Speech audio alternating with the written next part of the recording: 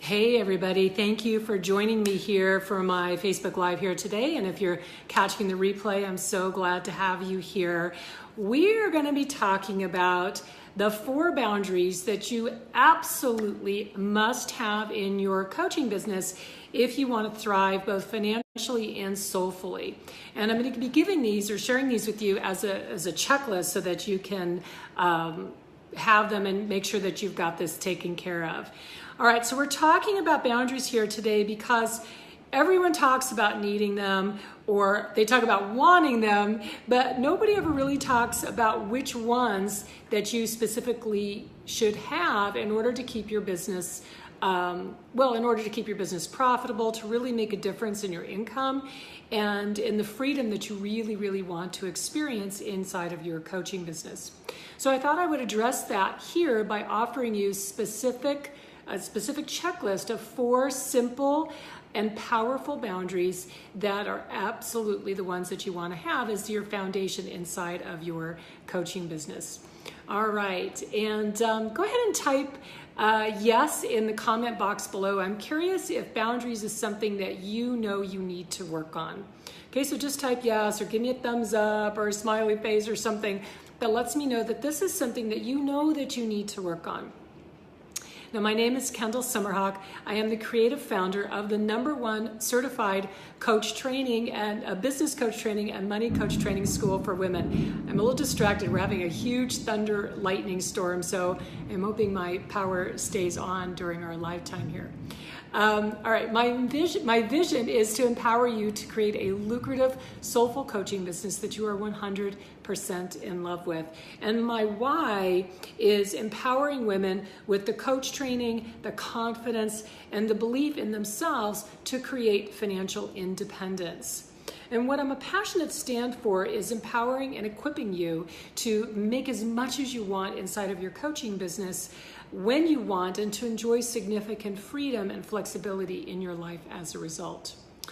Now, I make no secret about it, I believe that becoming a soulful business coach is the most lucrative and joyful way for you to achieve your goals.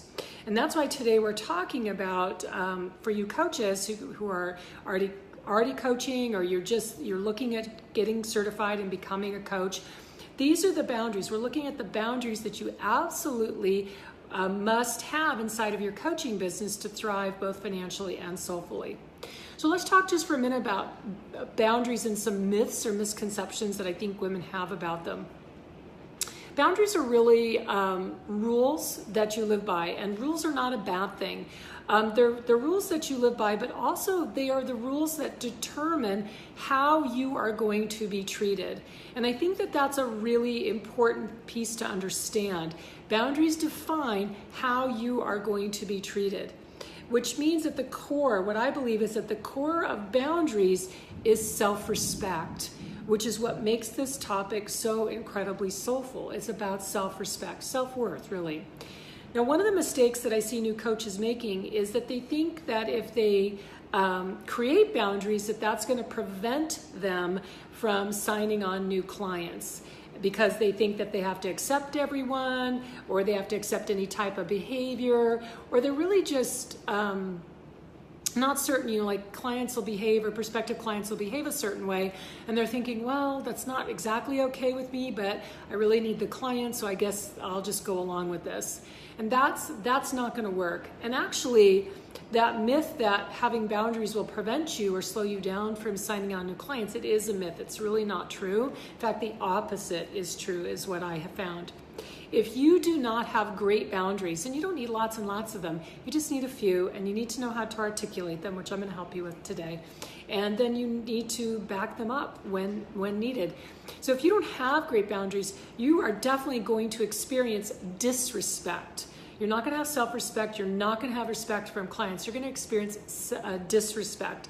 You're not going to feel good about yourself, which translates into lowering your confidence. And then, of course, that translates into struggling to attract high-end clients. Now, another myth about boundaries is thinking that having them is hard in some way, that it's hard or it's difficult. And really, again, the opposite is true. The truth is, what is hard is what's harder than isn't having boundaries, it's not having them. That's what's hard. That's what's difficult, is not having boundaries. Because without boundaries, you make yourself really vulnerable, and not in a good way of vulnerability, in a not good way. You make yourself vulnerable to lack of clarity. You make yourself vulnerable to creating or experiencing situations that are just ripe with resentment or unmet needs and drama. So you don't want any of that. One of I believe one of the true gifts about being a coach is that we really get full permission as a coach to lead an empowered life. Doesn't mean we're perfect all the time, but we get to lead an empowered life. And that an empowered life is where your needs are met, low on the drama, and that you feel fulfilled and happy and joyful, and you don't experience resentment and unmet needs. So when starting your coaching business, you want to be really, really clear about some very simple and essential boundaries that give you confidence. And the reason they give you confidence is that you feel professional. You're going to see how this is true when I share what the 4 boundaries are. So you're going to feel professional, you're going to sound confident, you're going to feel prepared to sign on new clients, which creates more confidence. So it's this really wonderful circuit of positive energy that happens with your confidence and preparation and being professional, and which all translates into you attracting better clients. So there are 4 boundaries that you absolutely need in your coaching business to thrive both financially and soulfully. And that these are the ones that are going to help you make money in your coaching business and enjoy the freedom that you want from your business. And basically, in a nutshell, what these 4 are, there's 2 on how you want your time to be respected. There's 1 on how you want to get paid.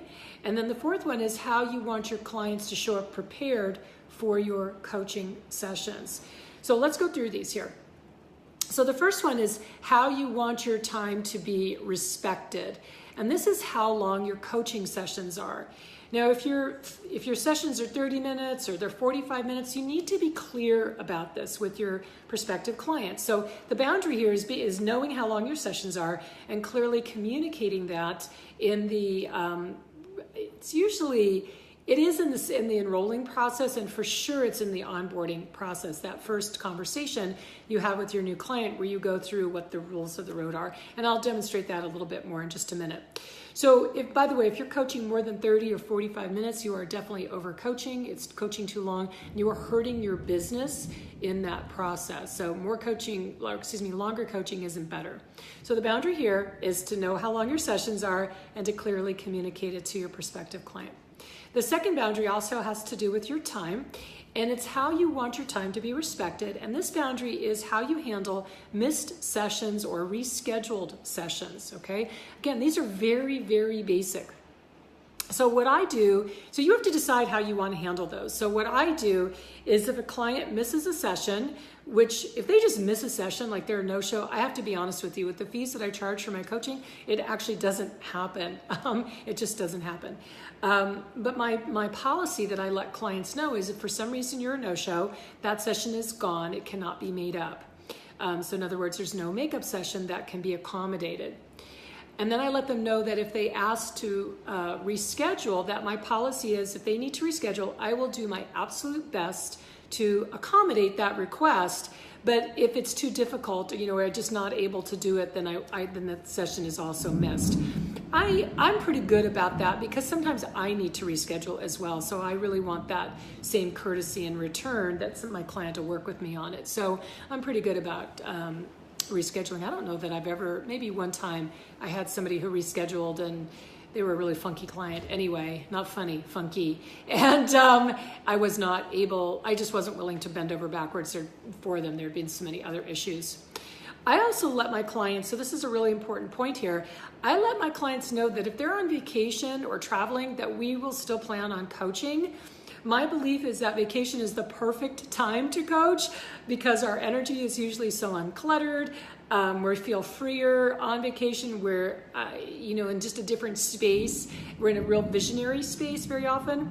So as a policy, I expect my clients to coach even when their vacation happens to fall during a regular coaching session, no matter what day or time that is. And I, by the way, do with my clients, whether they're a 6-month client or a 1-year client, we get the sessions booked out for the whole period of coaching, for the whole 6 months or the whole year. So I give them the schedule, and if they have something planned during one of those sessions, they can say, oh, I'm going to be gone. Can we move it by this day or by 1 week? And I'll do my best to accommodate it. But I let them know, we can coach on vacation. Let me see what I can do. And if not, then we can just coach while you're on your vacation. It actually is a great time to coach.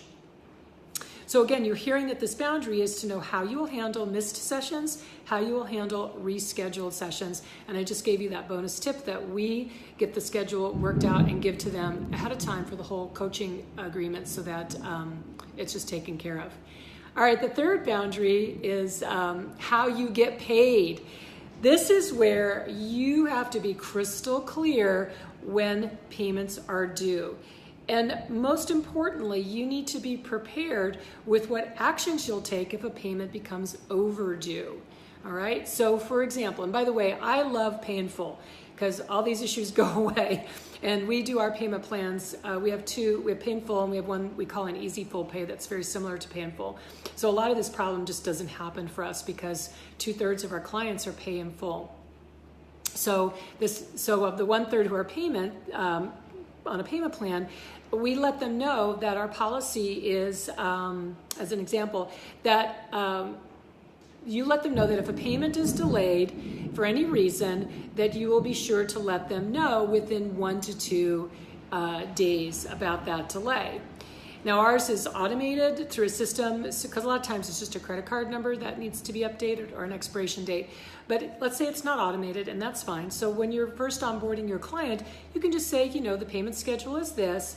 And you can say, if for some reason the payment is delayed, which of course I don't expect to happen for you, but if that does happen, then I'll make sure and bring it to your attention within 1 to 2 days. All right, so you hear how you're setting up what's going to happen. Now you also want to be clear within your own self that if a client slips into not paying, that you stop the coaching. This was something that really was a gotcha for me.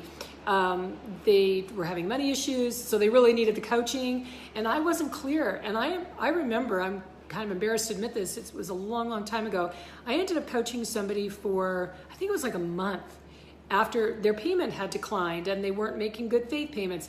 And I ended up coaching them for a month. And of course, I started to feel really resentful. And guess what? They never finished paying and I had to stop, and then it was uncomfortable.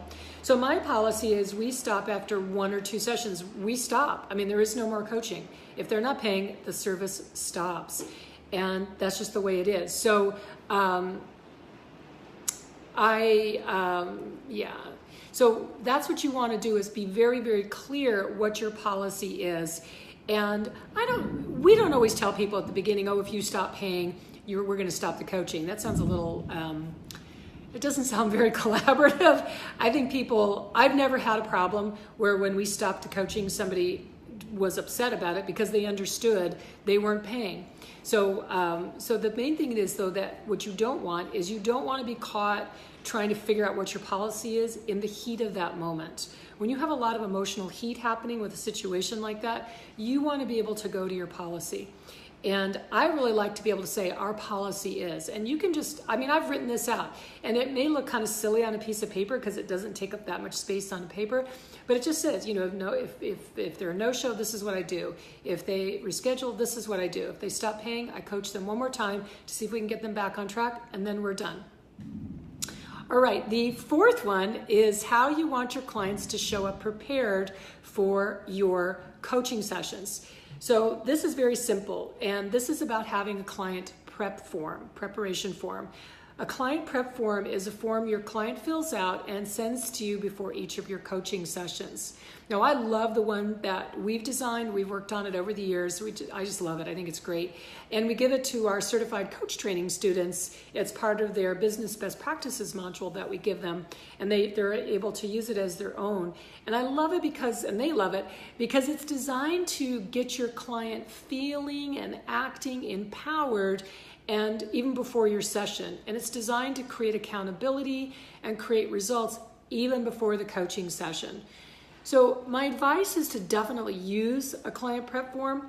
Here's the trick though, and here's the real boundary, is you want to let your client know that you do use this. You can talk about why you love it, why it helps them, and let them know when you expect to receive it. So for example, with our clients, I know with my clients, they send it in the day prior. And I know with our other coaches in our team, I actually don't know if they ask it. I think they ask it for the day prior, or certainly by the morning of. We don't love it on the morning of, because then we're kind of wondering where is the prep form, why didn't we get it? So I'm pretty sure our other coaches also are like me, that they ask for it the day before. And I've actually had one of our certified coach training graduates, she was really hardcore about this. If she didn't receive the prep form, she canceled your session. I mean, that was it. That's how clear and definitive she was on that boundary. If I have a client, which just doesn't happen again for me, but if I have a client who in the past didn't fill out their prep form, I would say, I noticed you didn't complete your prep form and get it to me. Tell me what's going on there. So I didn't let it slide. To me, this is a coaching point. Like, what happened? Were they distracted? Did they just forget? Is there a way that I can make it easier for them? Are they not seeing it as important? Are they making excuses? I mean, there's a lot that can go into this. So the client prep form is, I think it's actually kind of a big deal.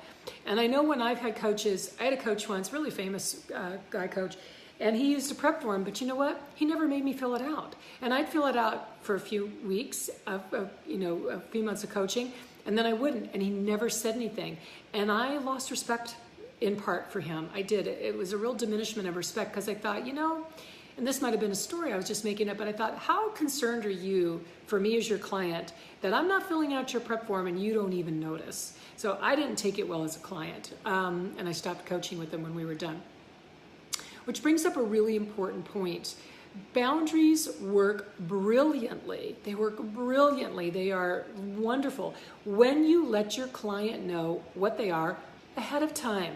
Hello, that's what takes care of the drama. So listen, ladies, your coaching business is not a reality TV show, okay? Get your drama fix elsewhere if that's what you need. I'm a reader, so I always say I want my drama on the page. So what you want to do is let them know ahead of time. You can do this easily. You can do it in a super friendly way in your getting started session. We call it a kickstart session. So how I do it is this. I keep my energy really positive. I keep my voice really positive. I'm very confident. And I'm letting my client know that we're going to go through a few things together that make our coaching work together flow really smoothly and ultimately impact the quality of the results that you as my client are going to get from coaching with me. So I phrase it something like that. So it's all good. So I just want you to compare that. If you're not used to having a lot of boundaries or being clear about them, you might be nervous about it and think, I'm going to say, okay, here are the rules, and be nervous about it. And you just don't want to do that. This is just no big deal, okay? It's a piece of cake. Here's how it flows. And the reason I do have these, I always say we're going to go through a few points, and I don't say they're boundaries. I don't even use that word. I just say we're going to go through a few points, and I go through what they are about the 4 that I just gave you. I also like to have them listed in a client agreement so that they're written out. I mean, especially the rescheduling, canceling, payment terms, hello. I would put I don't think there's anything wrong with putting the client prep form in there as well.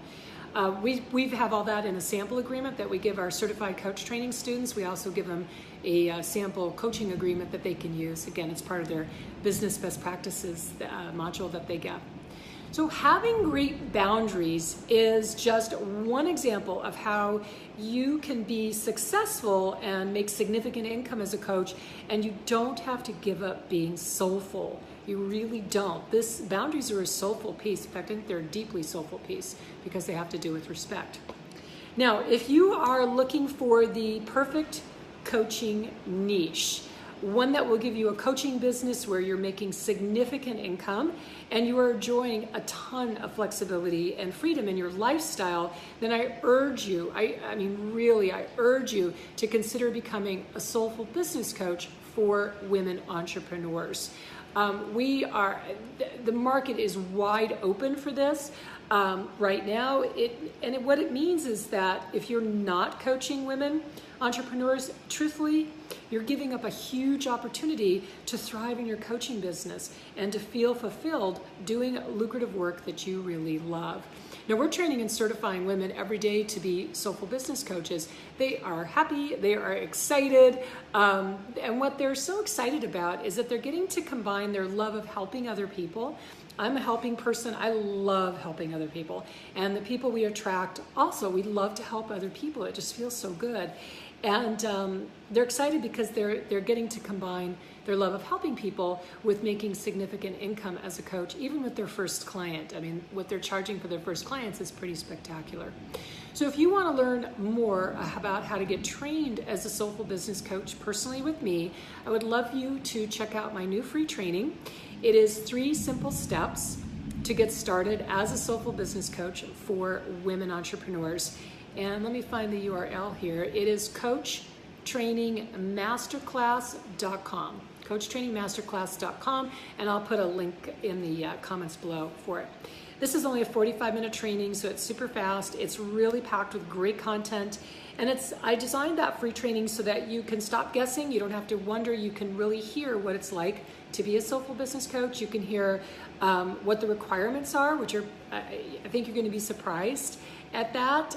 You're going to get my specific tips on what exactly are the best topics to be coaching women entrepreneurs on, how to price your coaching, and how to streamline setting up a coaching business so that you do have all that freedom and flexibility of your time, which I know is what you want. All right, so I give you lots of specific strategies. They're right on the online training screen. I could give you a sample calendar and you can just copy that and use it as your own. So there's a lot of things right there on the screen that you can copy and use as your own. So again, that's free training. It is coachtrainingmasterclass.com. All right, so this wraps up our Facebook Live today. I hope you enjoyed hearing about these 4 boundaries that you must have. And wow, I don't know if you can hear that thunder. It's pretty big. All right, and just a reminder that, in case you're new to me, that my whole career is dedicated to you creating a lucrative, soulful coaching business that you are 100% in love with. All right, I've loved spending this time with you, and I'll see you in a few days with another Facebook Live. My love and brilliance to you. Mwah. Bye-bye.